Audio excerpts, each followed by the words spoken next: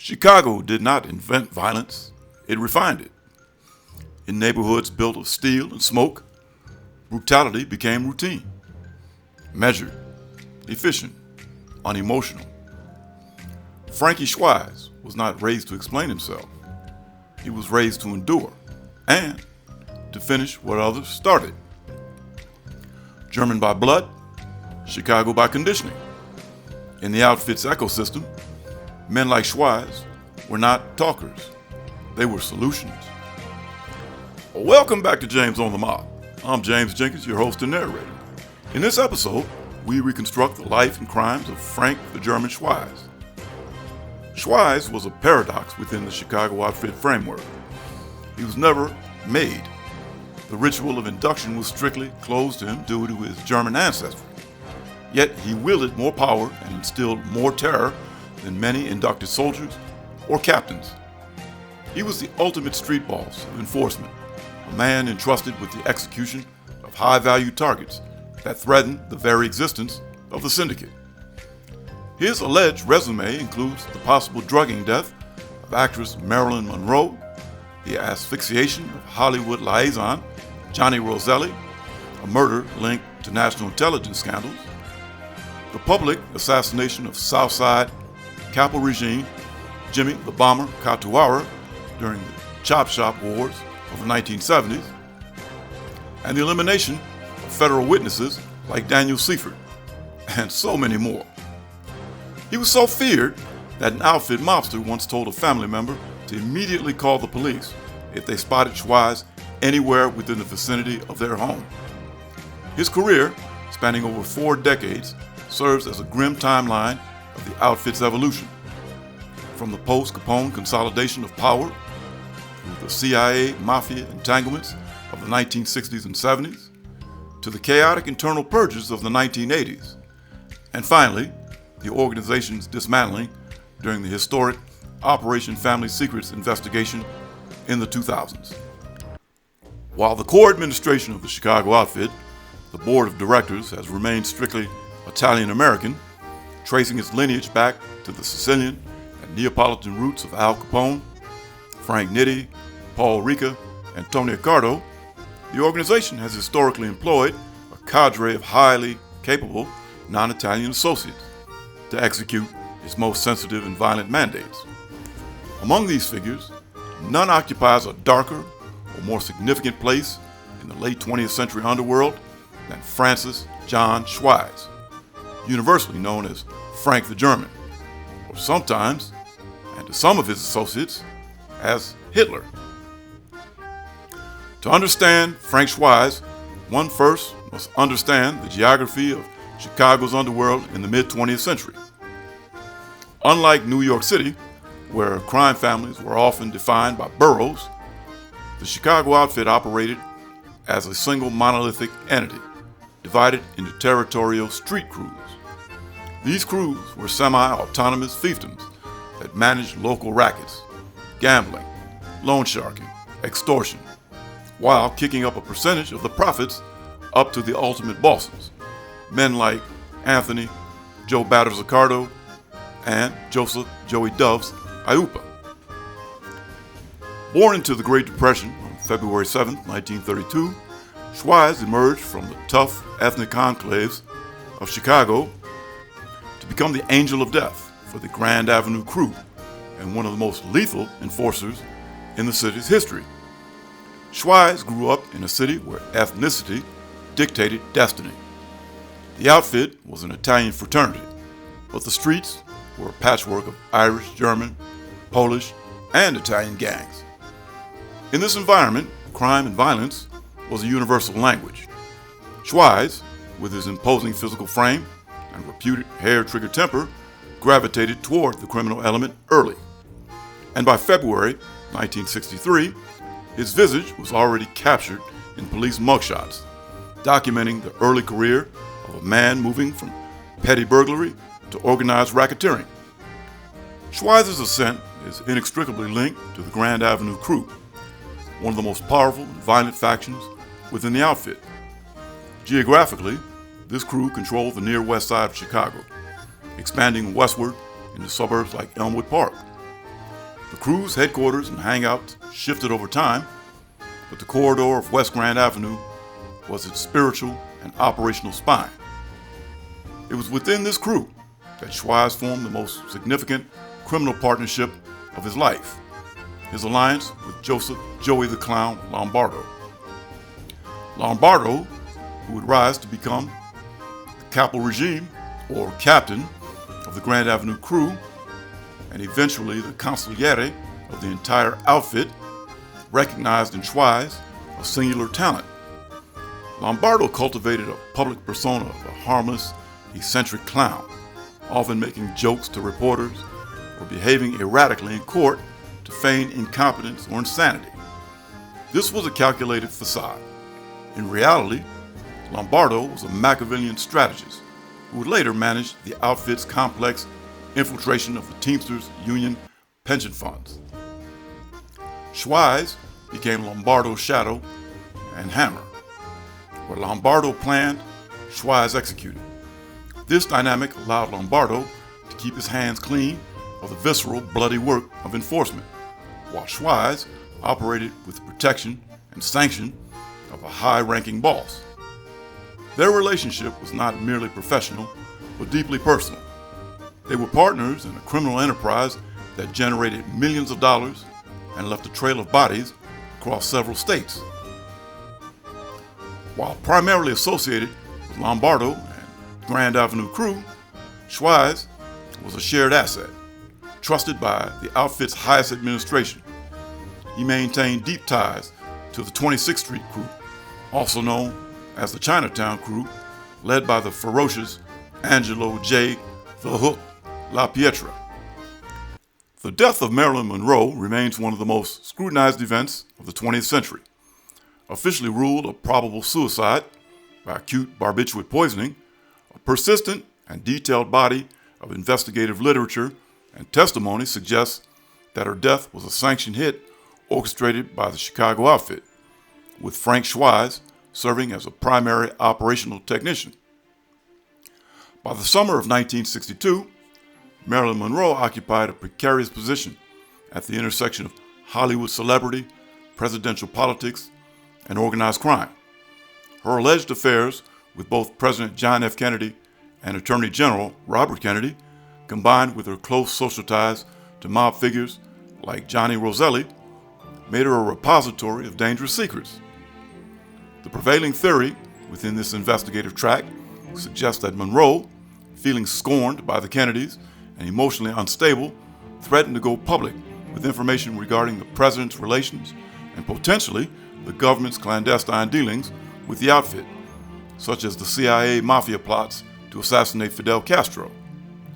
To Sam Giancana, such a disclosure would have brought heat of unmanageable magnitude, or conversely, her silence was a favor Giancana could trade. According to the detailed narrative presented in the 1993 book, Crypt 33, The Saga of Marilyn Monroe, The Final Word by Milo Speriglio and Adela Gregory, and supported by various independent sources, the elimination of Monroe was not a solitary act of despair, but a coordinated extraction of a threat. The outfit allegedly dispatched a specialized team from Chicago to Los Angeles. This team structure typically involved a contact, someone known to the victim who could facilitate entry, and a technician to perform the killing. The contact is frequently identified as Johnny Roselli, the outfit's handsome and polished liaison to Hollywood, who had the necessary social capital to gain access to Monroe's Brentwood home on 5th Helena Drive. The technician is identified in these accounts as Frank Schweihs. The operational timeline posits that on the evening of August 4, 1962, the hit team entered Monroe's residence. The method of execution was designed to mimic a suicide or accidental overdose, a hallmark of high-level mob hits where scrutiny is guaranteed. The specific allegation is that Monroe was subdued, possibly with chloroform, and then administered a lethal dose of sedatives, specifically a solution of chloral hydrate and Nembutal via an enema. This hotshot method explains the forensic anomaly that has puzzled pathologists for decades: the massive concentration of drugs found in her lower bowel and liver, coupled with the absence of refractory pill residue in her stomach. Frank Schweihs, then 30 years old, fit the profile for such an assignment perfectly. He was physically imposing, psychologically detached, and crucially, not Italian. His presence in Los Angeles would be less likely to trigger the alarms of FBI agents monitoring the movements of high-profile made men. Schweihs was a ghost, a man who specialized in surveillance evasion. His role was to be the mechanic, the cold professional who ensured the job was finished without hesitation. In the immediate aftermath of the Monroe operation, a secondary tragedy unfolded, illustrating the outfit's absolute intolerance for breaches of operational security. This event concerns the murder of a woman identified as Eugenia or Gina Pappas, whose fate was inextricably linked to the hit on Monroe. The psychological burden of assassinating a cultural icon like Marilyn Monroe was immense, even for hardened contract killers. The narrative derived from private investigations suggests that one of the participants in the Monroe hit, allegedly Schweihs, depending on the account, maintained a romantic relationship with Pappas. And in a moment of indiscretion or boastfulness, Schweihs confided the true nature of the suicide to Pappas. Eugenia Pappas, described as being deeply upset by the knowledge of the murder, became an immediate liability. And in the calculus of the Chicago outfit, a witness to a capital crime involving the President of the United States and a mob boss could not be permitted to live. The risk that she might speak to law enforcement, a priest, or even a friend was considered an existential threat to the organization. The order to silence Pappas was executed swiftly. Reports state that she was soon shot through the head. Unlike the Monroe hit, which required finesse and staging, the murder of Pappas was likely a blunt instrument of terror, a disappearance, or a staged robbery designed to bury the secret permanently. The revelation of her murder reportedly surfaced decades later, in 1986, when her brother came forward to investigators with details she had confided him about her killer fiancé. This killer fiancé is widely interpreted in mob literature to be Frank Schweihs. Schweihs was known for his ability to compartmentalize his life, maintaining relationships while conducting brutal business. The murder of a lover to protect the family secrets aligns with the sociopathic profile attributed to him by federal prosecutors and behavioral profilers. It was a cold, sanitizing act that ensured the Monroe conspiracy remained in the shadows for another generation. As the 1960s progressed, the Chicago outfit faced new challenges. The skim, the systematic theft of uncounted cash from casinos, required a complex network of frontmen, couriers, and corrupt bankers. When these financial intermediaries became unreliable or threatened to expose the machinery of the skim, the enforcement division was called upon to balance the books with lead. The murder of Manny Skar is the definitive example of this era's disciplinary violence. Manny Skar, was not a gangster in the traditional sense. He was a facilitator, a flamboyant, cigar-chomping businessman. Skar operated at the intersection of legitimate commerce and underworld finance. He was the driving force behind the construction of the Sahara Motel, later the O'Hare Inn, near O'Hare International Airport, a massive project funded by millions of dollars in loans from the Marshall Savings and Loan Association. The Marshall Savings and Loan, situated in the quiet suburb of Riverside, Illinois, had been effectively captured by the outfit. The bank's officers funneled massive unsecured loans to Skar, who in turn kicked back the funds to mob bosses and used the properties to launder money. Skar enjoyed the fruits of this corruption, living a lifestyle of conspicuous consumption that included luxury convertibles, high-stakes gambling, and associating with celebrities. But by 1965, the scheme had collapsed. Federal investigators probing the insolvency of Marshall Savings indicted Skar for tax evasion and mail fraud. The indictment was a catastrophe for the outfit. Skar, who was prone to talking and terrified of prison, was viewed as a weak link. There were fears that he would cut a deal with the government, trading the details of the Marshall Savings looting and mob figures behind it for leniency. Furthermore, rumors circulated that Skar had been skimming from the skim, holding back money that was owed to the Grand Avenue crew. Oh, no, he didn't. The decision to eliminate Manny Skar was made by the outfit's hierarchy, likely involving Sam Giancana and the rising power of the Grand Avenue crew, where Frank Schweihs was a key operator. On the evening of September 11, 1965, Manny Skar returned to his home at 3800 North Lakeshore Drive, a prestigious high-rise apartment building overlooking Lake Michigan. It was a Saturday night, and the area was bustling. As Skar exited his Lincoln Continental, he was ambushed. The hit was executed with military precision. Two gunmen, lying in wait, approached Skar as he stepped onto the pavement. They opened fire at close range. Skar was struck multiple times, the bullets tearing through him and killing him instantly. The gunmen then fled the scene, vanishing into the Chicago night before police could respond. Frank Schweihs is heavily implicated as one of the two shooters in the Skar murder, the other being Joe Lombardo. The operation bore the signature of his tactical planning, the use of a crash car to block pursuit, the detailed knowledge of the target's routine, and the brazen nature of the attack in a high-density area. Schweihs' involvement in the Skar hit solidified his reputation as an enforcer who could handle white-collar problems with blue-collar solutions. The murder of Manny Skar was front-page news in Chicago, signaling to every other associate that the penalty for insolvency or indiscretion was death. Skar was buried 3 days later, on September 14, 1965, at Waldheim Cemetery.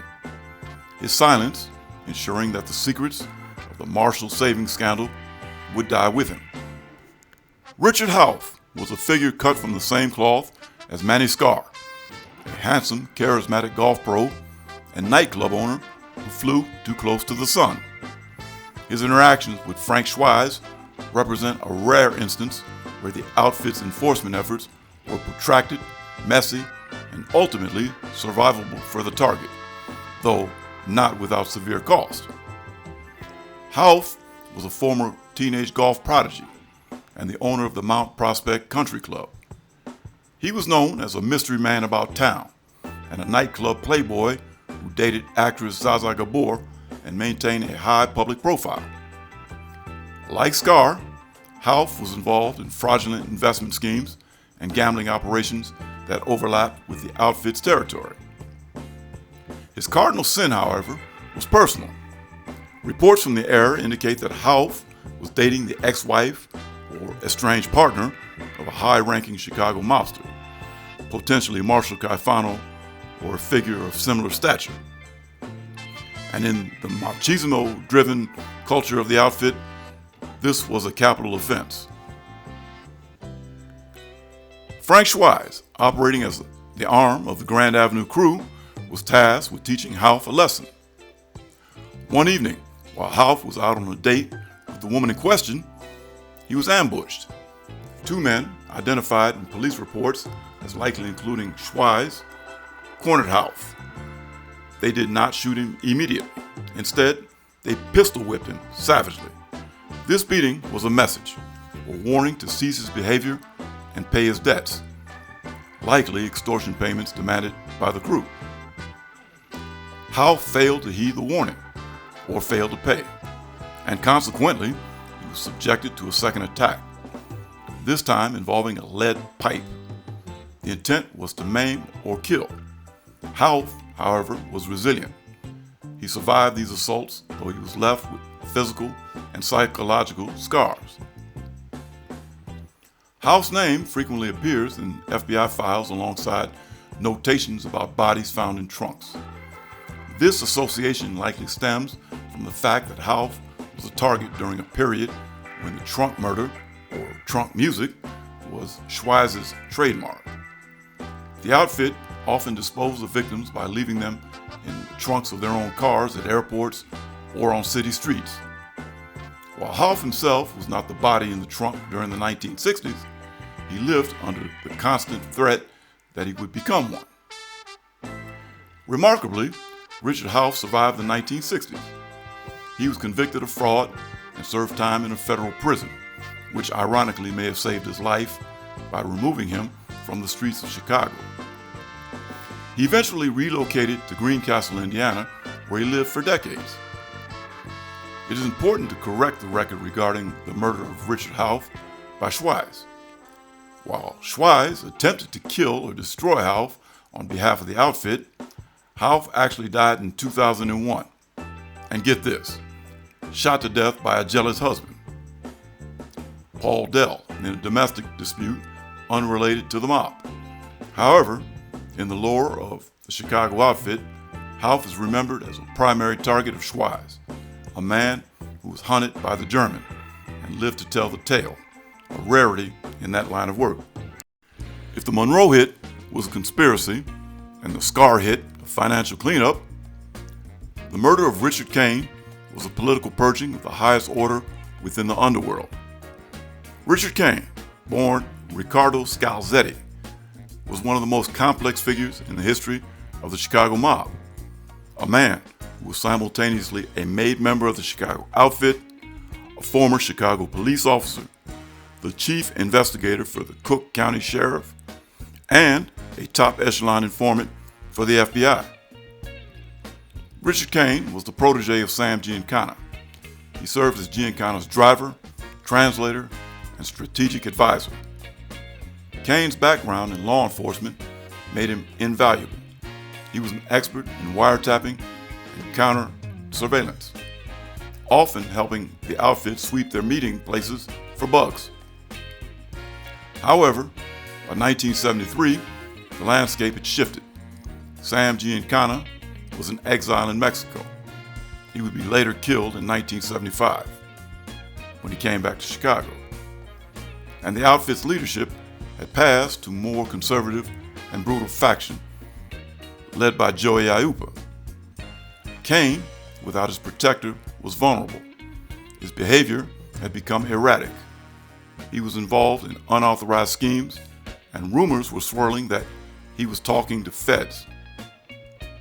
To the outfit, a rat was a cancer that had to be cut out. The suspicion was well-founded. Kane was indeed providing intelligence to the FBI, playing both sides to ensure his own survival. On the morning of December 20th, 1973, Richard Kane went to Rose's Sandwich Shop, located at 1117 West Grand Avenue. This location was significant. Grand Avenue was the heart of the territory controlled by the Grand Avenue crew, led by Joey Lombardo.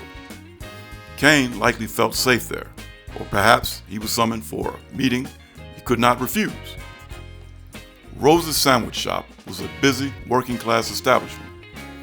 Kane entered unaware that his time had run out.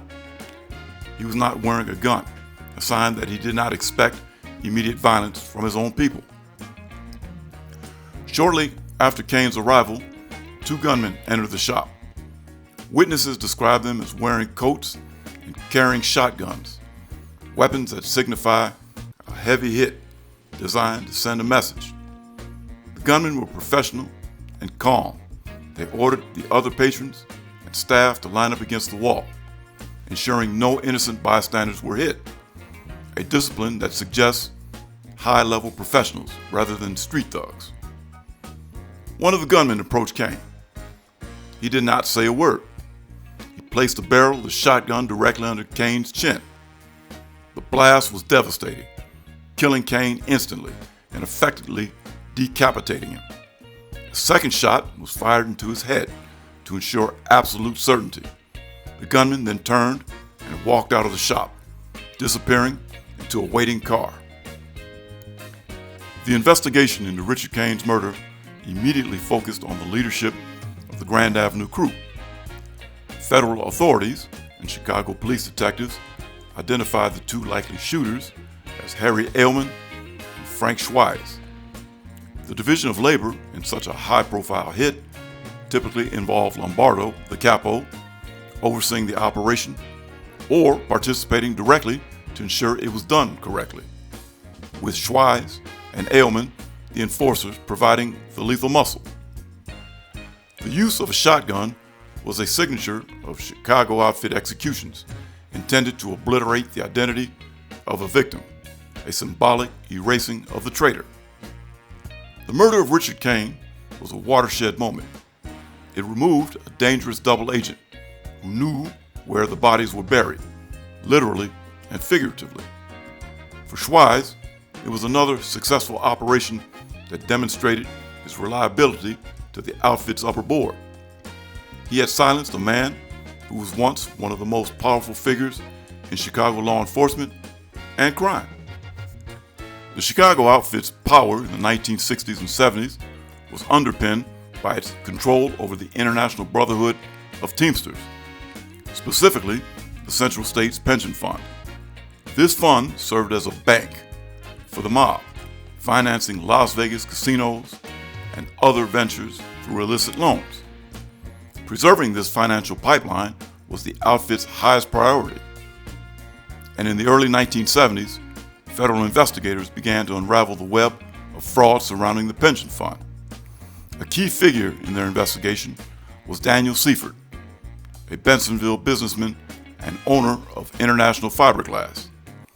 Seifert was not a made guy, but he was an associate who had been used by Joey Lombardo and others to launder embezzled money. Facing the potential of prison time, Seifert agreed to testify against Lombardo and other Teamsters officials. In the code of the outfit, this was an unforgivable betrayal. On September 27, 1974, a hit team arrived at Seifert's plastics factory in Bensenville, Illinois. The brazenness of the attack remained shocking. Seifert was at work, and his wife and young son were present at the factory that morning. The gunman, wearing ski masks, entered the facility. Seifert attempted to flee, running through the factory floor. He was chased down and shot to death in front of his family. The message was clear.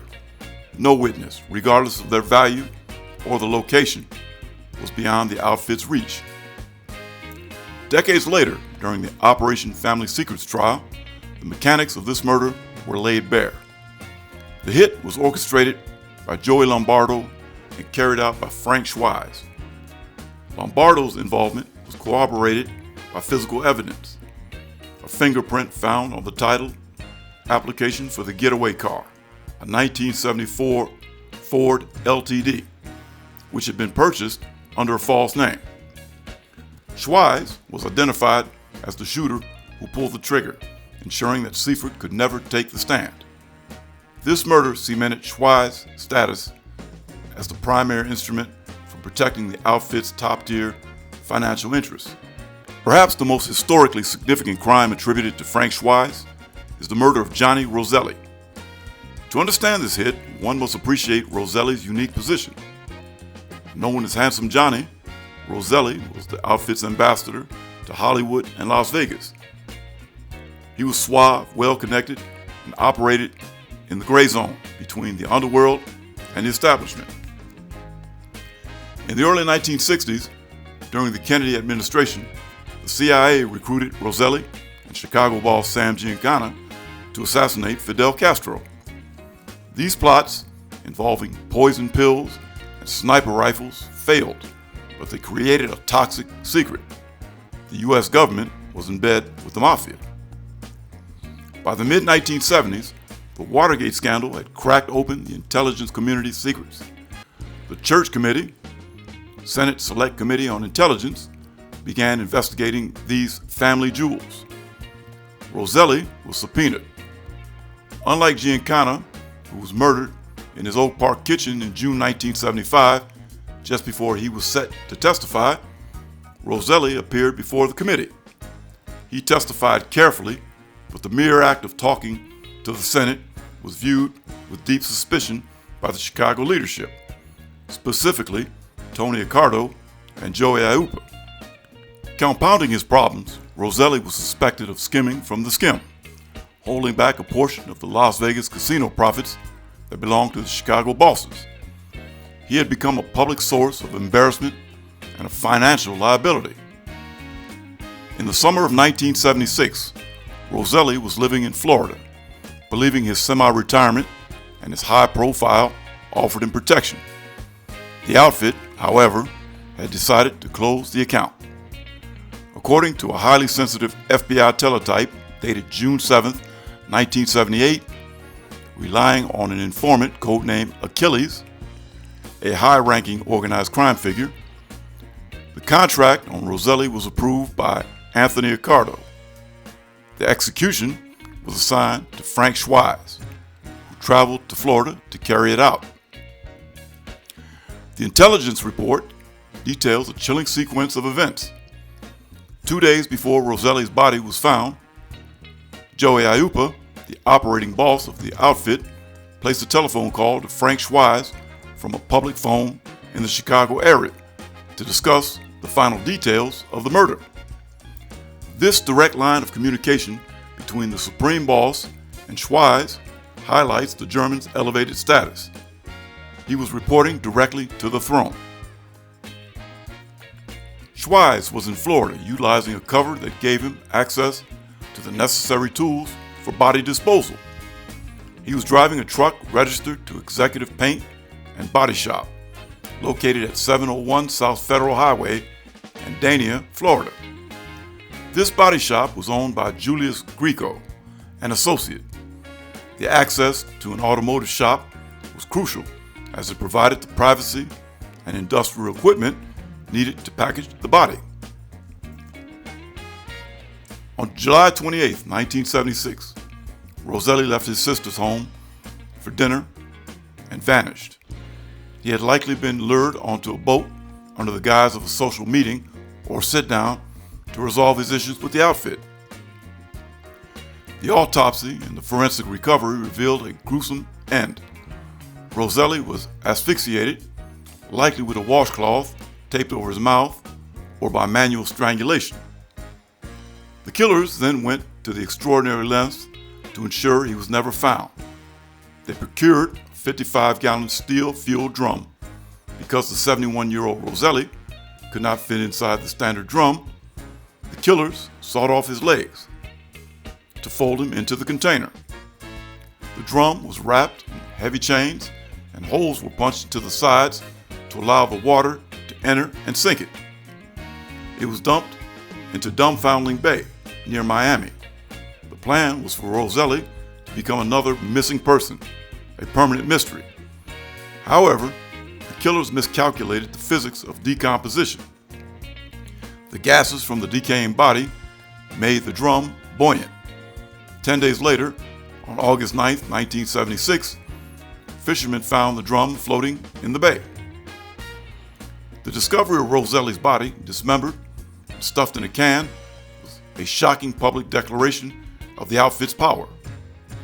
While never charged in court for this specific murder, the Achilles teletype and subsequent FBI analysis firmly placed the responsibility on Frank Schweihs and his associate, Vincent de Saint-Insero.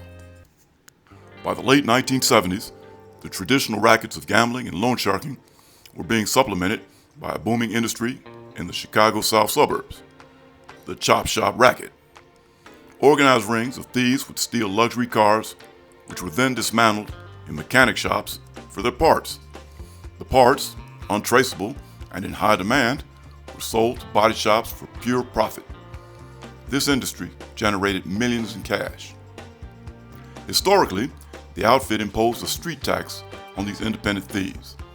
However, a struggle for control over this lucrative tax emerged between the old guard and a rising violent faction.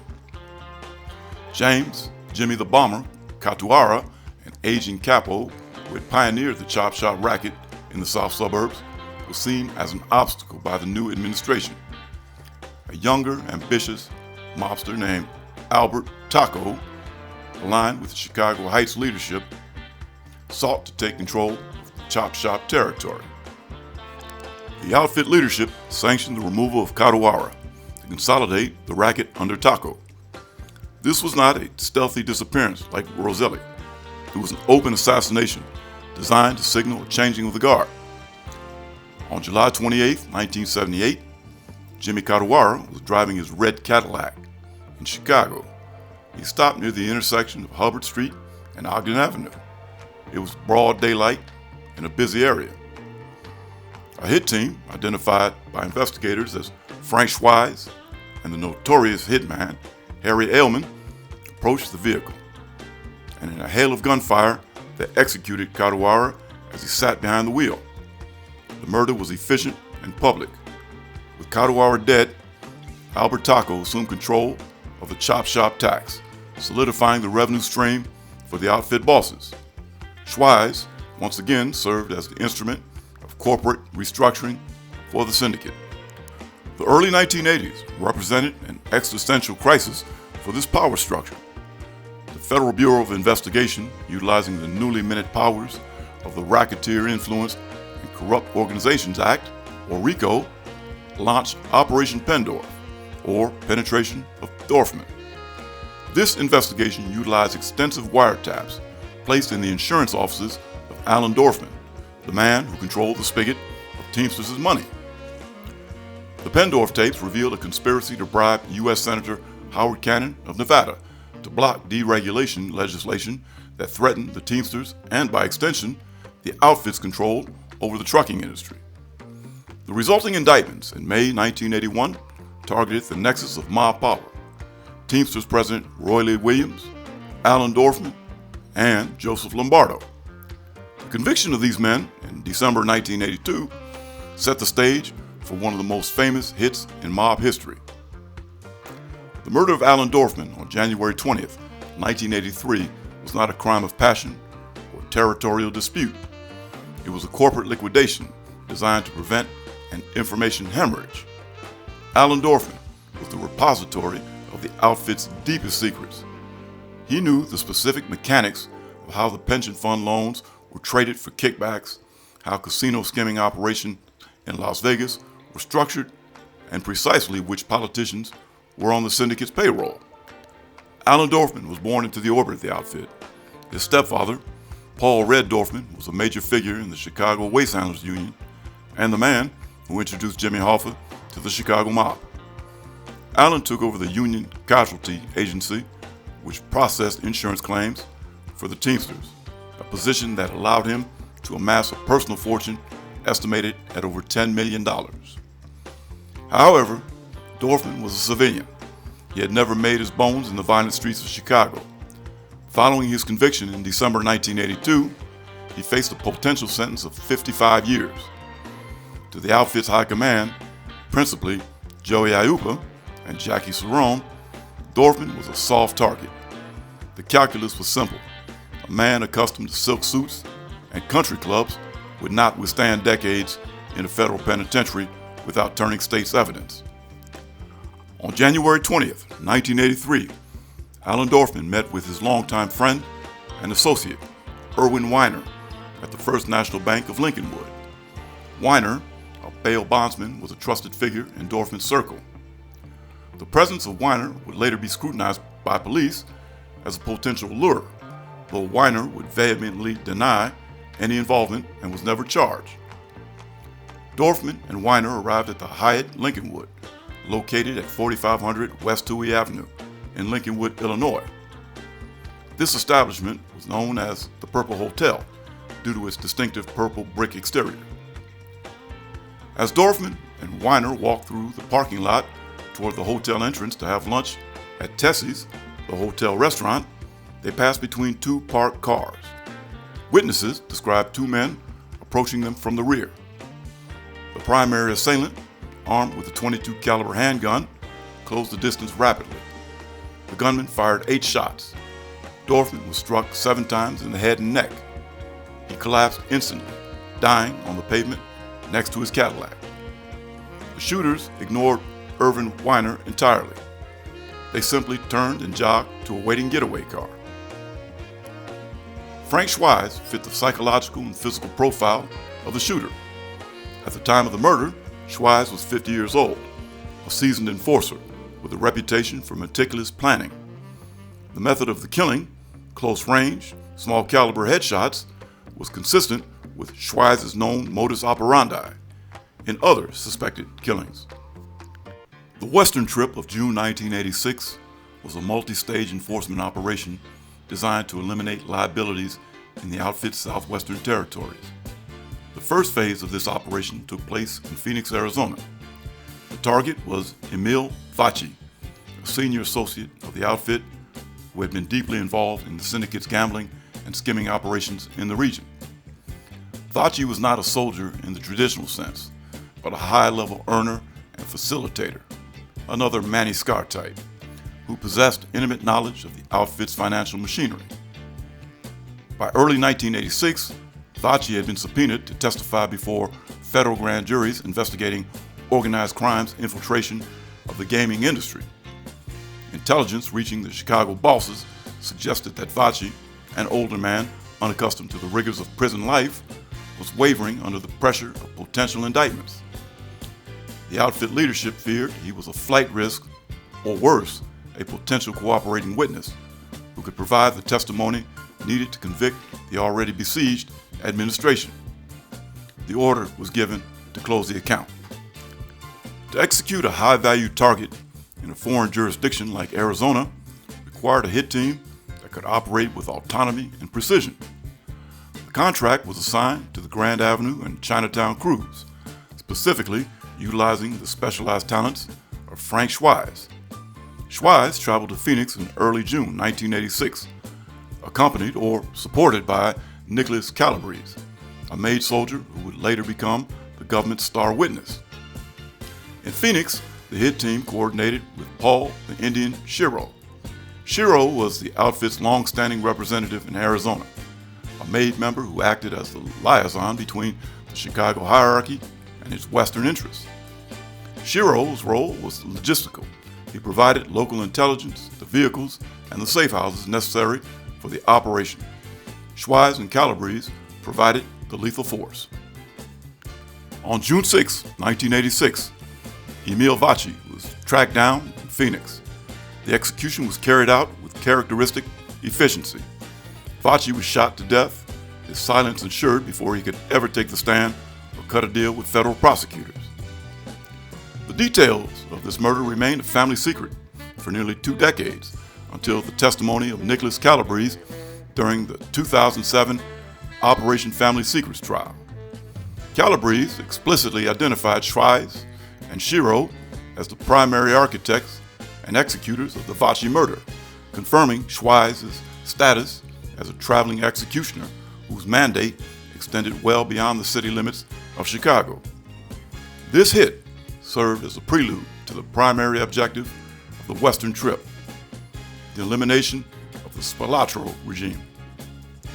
Following the successful elimination of Emil Vachi in Arizona, the enforcement cadre's focus shifted to the Spilotro problem.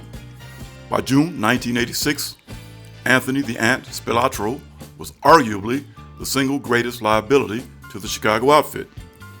Once the trusted overseer of the syndicate's Las Vegas interests, Spilotro had become a loose cannon whose high-profile antics had destroyed the operational security of the skim.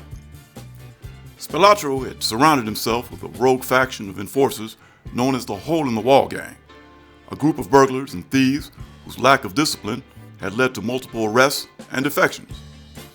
Most notably, Spilotro's lieutenant, Frank Culata, had turned state's evidence, providing the FBI with devastating intelligence. The outfit bosses, specifically the new acting boss, Joseph Joe Nagal Ferriola, and the elder statesman, Tony Accardo, determined that Spilotro had to be removed to stop the bleeding. However, killing the Ant in Las Vegas presented unique tactical challenges. Spilotro was hyper-aware of his precarious standing with the Chicago bosses.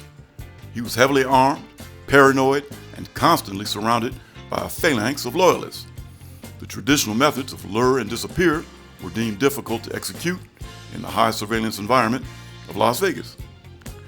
It's within this high-stakes context that Frank Schweihs, Nicholas Calabrese, and presumably other associates, including John Big Stoop Fecarata, devised a plan of shocking lethality. According to investigative reports and trial testimony, the hit team traveled to the vicinity of Las Vegas to conduct surveillance and formulate a plan of attack. Schweihs, known for his aggressive tactical philosophy, concocted a plan to assassinate Spilotro at a location where he was forced to appear publicly, a federal courthouse, where Spilotro was attending proceedings related to his racketeering retrial. The logistics of this proposed hit were paramilitary in nature. The plan called for the use of automatic machine guns and fragmentation grenades to assault Spilotro as he entered or exited the building. This scorched earth approach stood in stark contrast to the outfit's traditional preference for stealth and secrecy. Ultimately, the courthouse grenade plan was aborted. The high command in Chicago, likely led by the cautious strategist Tony Accardo, recognized that turning a Las Vegas courthouse into a war zone would be a strategic catastrophe. The heat from such an attack, potentially involving the death of federal agents, innocent bystanders, or court personnel, would bring the full weight of the United States government on the entire organization, far exceeding the pressure of the current RICO indictments. The decision was made to stand down from the hard assault in Nevada. The hit team was ordered to return to the Midwest. The strategy shifted from brute force to treachery. They would use Spilotro's own ambition and vanity against him.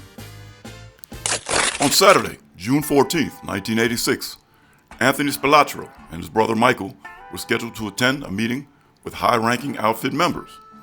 They had been whistled in from Las Vegas. The pretext for the meeting was a promotion.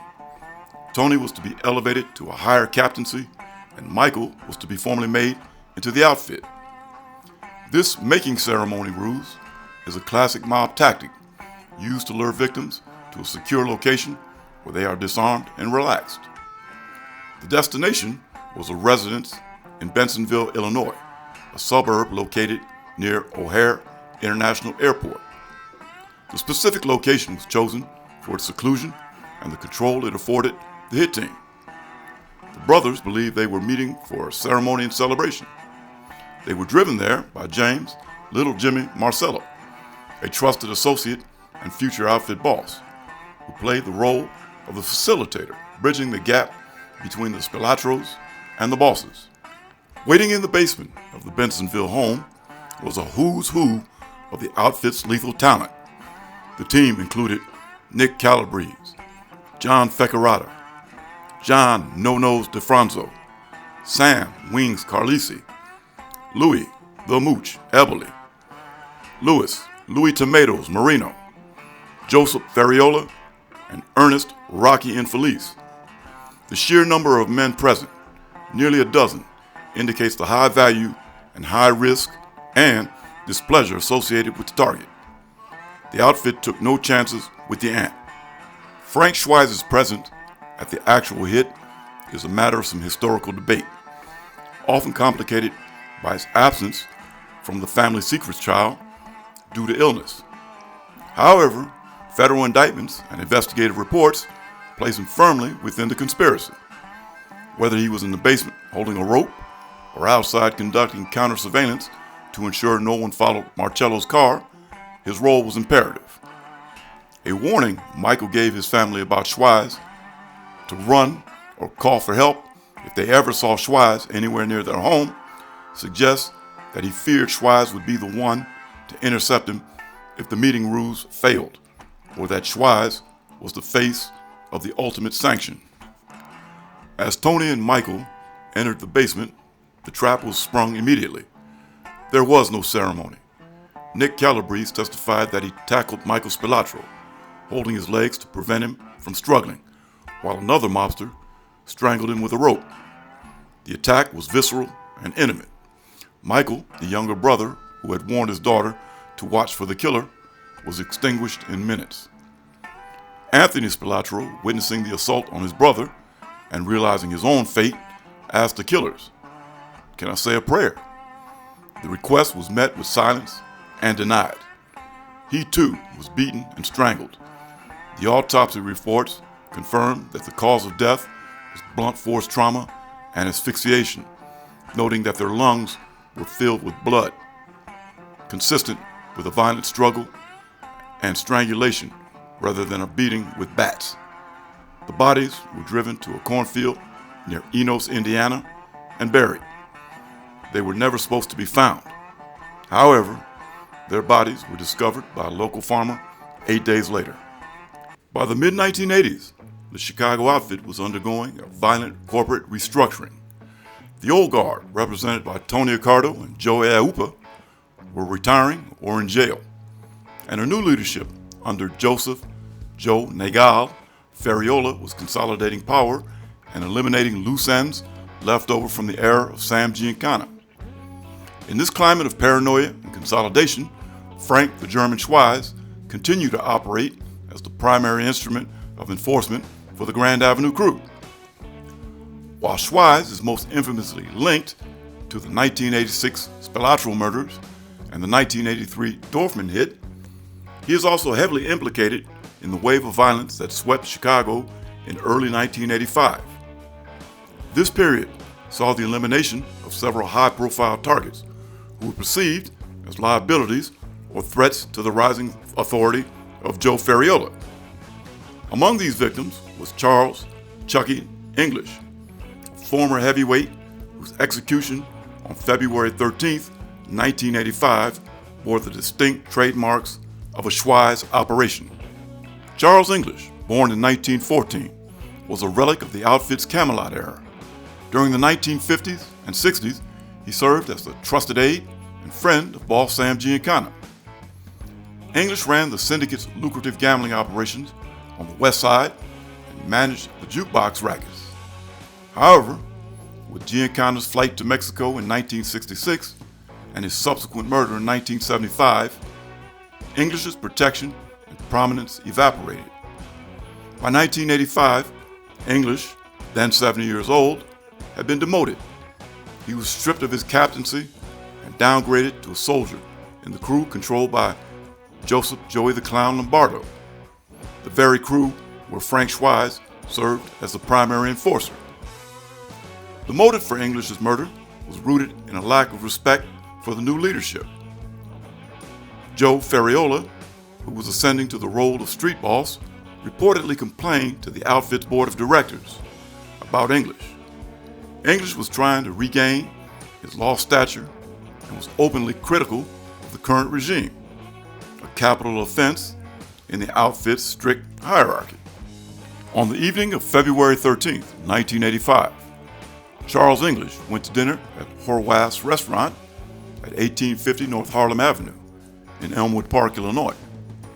Elmwood Park is the heart of the outfit's territory, a safe zone where mobsters historically felt secure.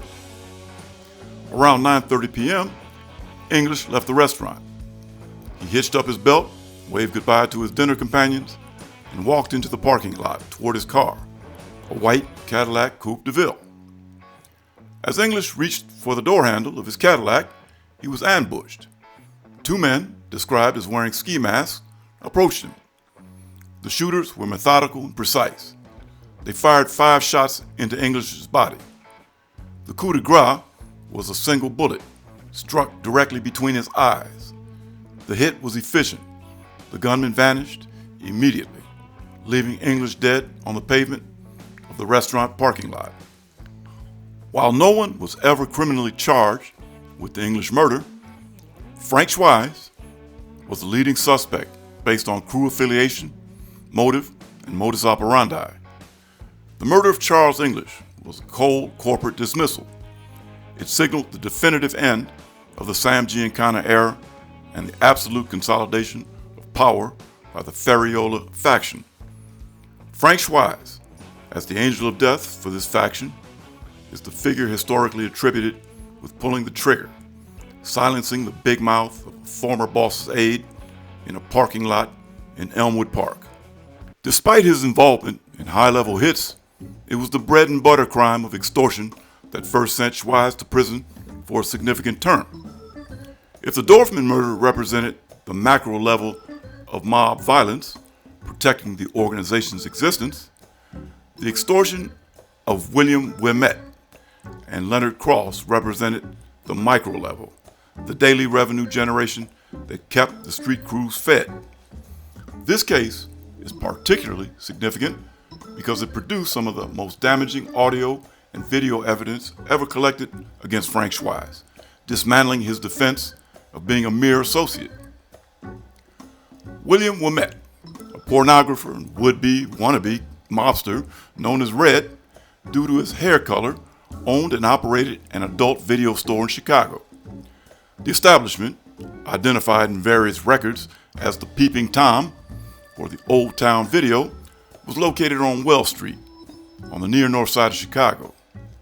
This area, particularly during the 1970s and 80s, was a hub for vice-related businesses, including strip clubs and pornographic bookstores.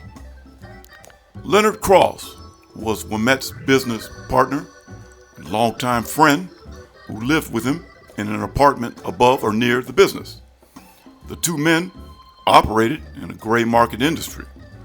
While selling pornography was technically legal, though often challenged on obscenity grounds, the stigma and the cash-heavy nature of the business made them prime targets for organized crime. They could not easily call the police to report harassment without inviting raids on their own inventory. Ouimet and Cross were extortion victims.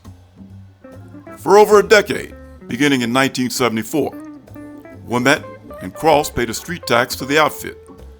This extortion fee was for protection, though the only threat they needed protection from was the outfit itself. The payments ensured their store would not be firebombed, their inventory destroyed, or their physical safety compromised. Initially, these collections were handled by a low-level mob associate. However, by 1984, the dynamic of the extortion changed. Ouimet's business was suffering financial difficulties, likely due to changing market trends or increased competition. When Ouimet fell behind on payments, the outfit threatened to shut the business down permanently, hinting at an accident or fire.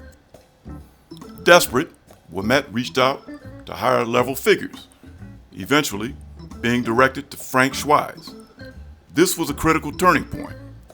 The referral to Schweihs indicates that the Northside Vice rackets were under the direct supervision of the Grand Avenue crew, and that Schweihs was the designated problem solver for holdout payers. Under Schweihs' direction, the tax was set at $1,100 per month.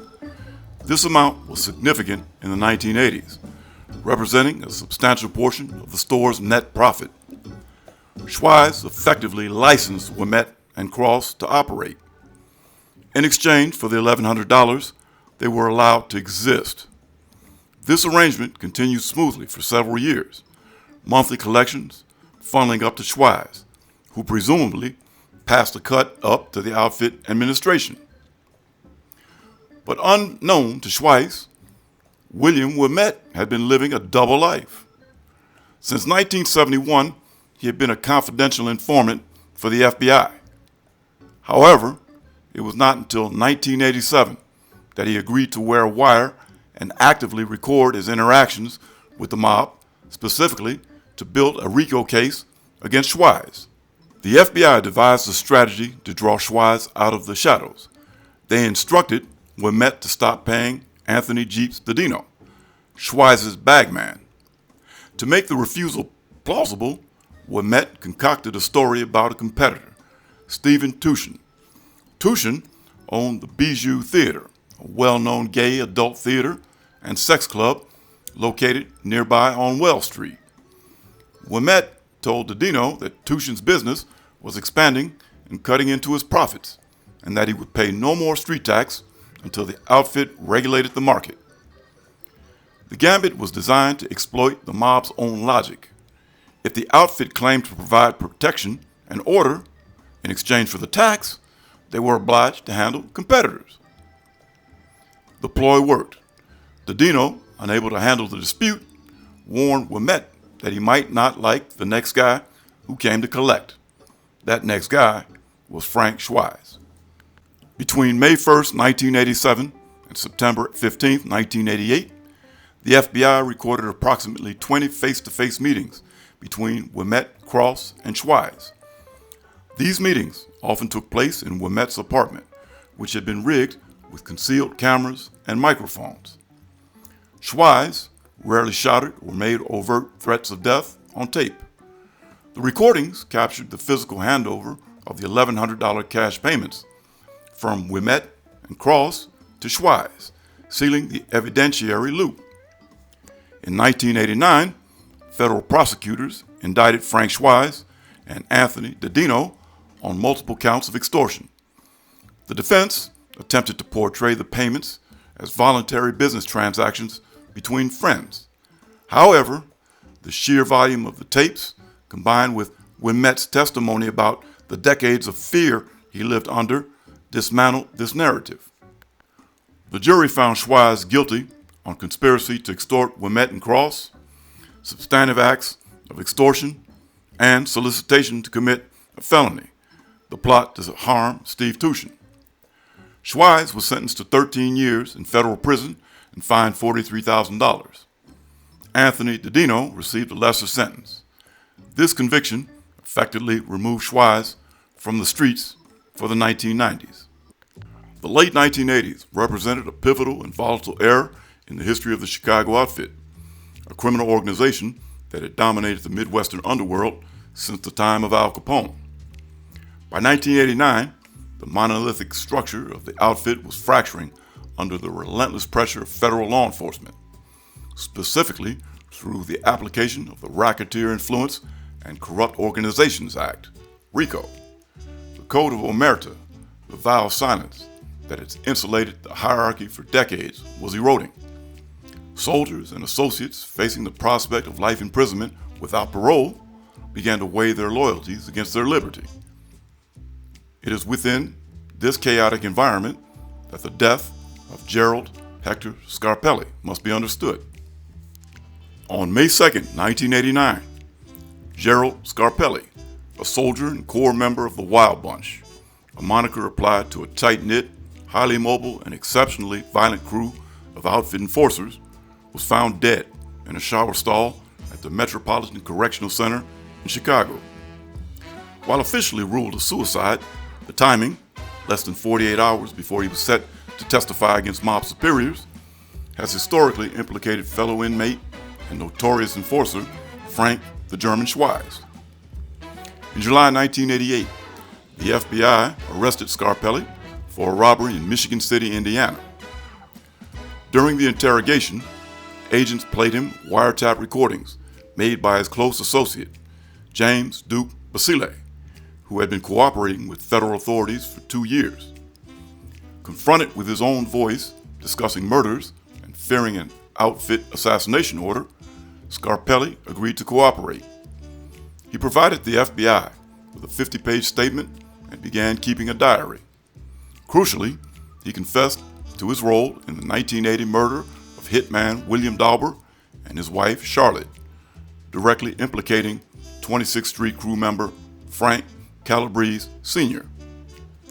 In 1989, while Scarpelli was being held at the MCC Chicago preparing for trial, Frank Schweihs was remanded to the same facility following a conviction for extortion. This placed a vulnerable high-value witness in the same physical facility as the outfit's premier silencer. In early May 1989, a federal judge denied a motion to suppress the incriminating Basile tapes. This legal defeat meant Scarpelli would be forced to testify in open court, publicly sealing his status as a rat. On May 2nd, Scarpelli was found hanged in the shower area of the MCC. The medical examiner ruled it a suicide. However, the proximity of Schweihs immediately generated alternative theories among law enforcement and journalists. Investigative reports suggest that Schweihs did not physically kill Scarpelli, but rather facilitated a forced suicide. The theory posits that Schweihs managed to communicate a final ultimatum to Scarpelli. Testify and the outfit will kill you and your family. If you take your own life, your family will be spared and allowed to keep your illicit assets. Given the outfit's history and Scarpelli's own knowledge of their brutality, he likely viewed this threat as a binding contract. A darker variation of the theory suggests that Schweihs, or compromised inmates, physically incapacitated Scarpelli and staged the hanging, though this has never been proven. Scarpelli's death was a tactical victory for the Chicago outfit. Without his live testimony, his confessions and diary were inadmissible as hearsay against Frank Calabrese Sr. The murder charges regarding the Dauber hit were dropped, and Calabrese Sr. faced only racketeering charges, buying him another half-decade of operation and freedom. The truth of Scarpelli's claims was not validated until 2007 during the Operation Family Secrets trial. Nicholas Calabrese, the first made man to testify against the outfit, corroborated Scarpelli's account from 1988. He confirmed that he, Frank Calabrese Sr., and Scarpelli were indeed part of the hit team that utilized a high-speed chase and shotguns to kill William and Charlotte Dauber in 1980. The death of Gerald Scarpelli remains a defining moment in the history of the Chicago outfit's battle against federal prosecution. Officially a suicide, the event bears the distinct hallmarks of a preventive maintenance measure taken by an organization threatened with exposure. The involvement of Frank Schweihs, while never proven in a court of law, is supported by a convergence of motive, opportunity, and historical precedent. The seemingly impenetrable wall of silence surrounding the Chicago outfit began to crack in 1998. Frank Calabrese Jr., sitting in prison with his father, the hitman Frank Calabrese Sr., wrote a letter to the FBI offering to cooperate. He wore a wire on his own father, recording him boasting about multiple mob murders. This breakthrough led the FBI to Nicholas Calabrese, Frank Sr.'s brother. Confronted with DNA evidence linking him to a murder, Nick Calabrese made history by becoming the first made member of the Chicago outfit to become a cooperating witness. His testimony provided the government with family secrets, the details of who killed whom, when, and where. In April 2005, the Department of Justice unsealed the Operation Family Secrets indictment. It charged 14 defendants with racketeering conspiracy, including 18 previously unsolved murders.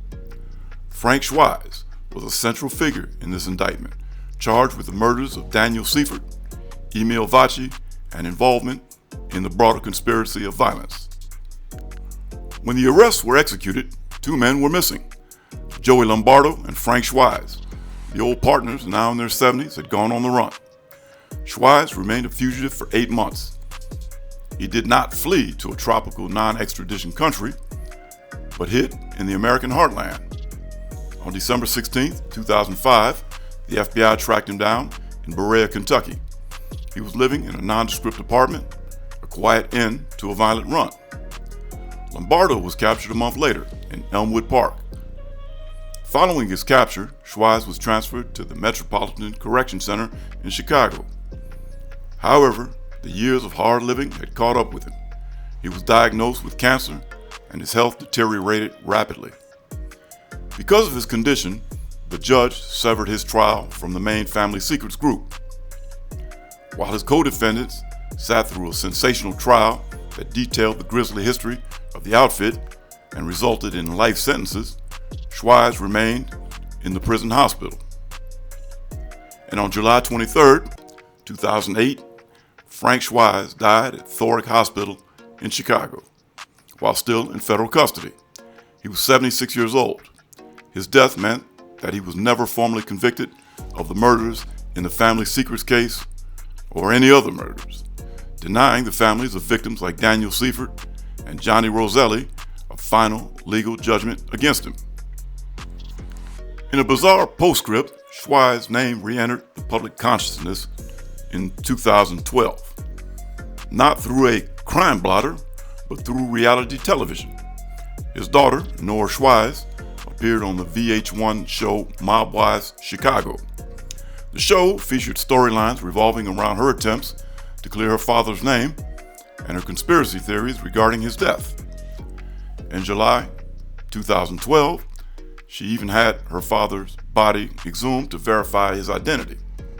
A macabre coda to the life of a man who had spent his burying others. Ultimately, Frank the German Schweihs remains the definitive example of the outfit's enforcer example. A man without the bloodline to be king, but with the cold-blooded capability to be the kingmaker and the executioner. So goes the story of Frank the German Schweihs. Schweihs occupies a singular space in the history of Chicago organized crime. Unlike his contemporaries, Schweihs was not of Italian descent, which technically barred him from becoming a made man, a formerly inducted member of the Mafia. However, this distinction did little to diminish his standing. In fact, it arguably enhanced his utility. As an associate with the autonomy of a capo, Schweihs operated with a terrifying degree of freedom. He was known as the German, a moniker that underscored his outsider status, but also his ruthless efficiency. Schweihs' reputation was built on decades of violence. He was a suspect in numerous high-profile murders, including that of Marilyn Monroe, Richard Kane, Johnny Roselli, and the hit on Teamsters official Alan Dorfman. His value to the outfit lay in his willingness to perform the grim work of cleanup. When a problem needed to be erased, Schweihs was the instrument. His demeanor was described by associates and law enforcement alike as cold, calculating, and predatory. He did not merely kill, he haunted. And in the comments below, let me know your thoughts on the German. I'm James Jenkins.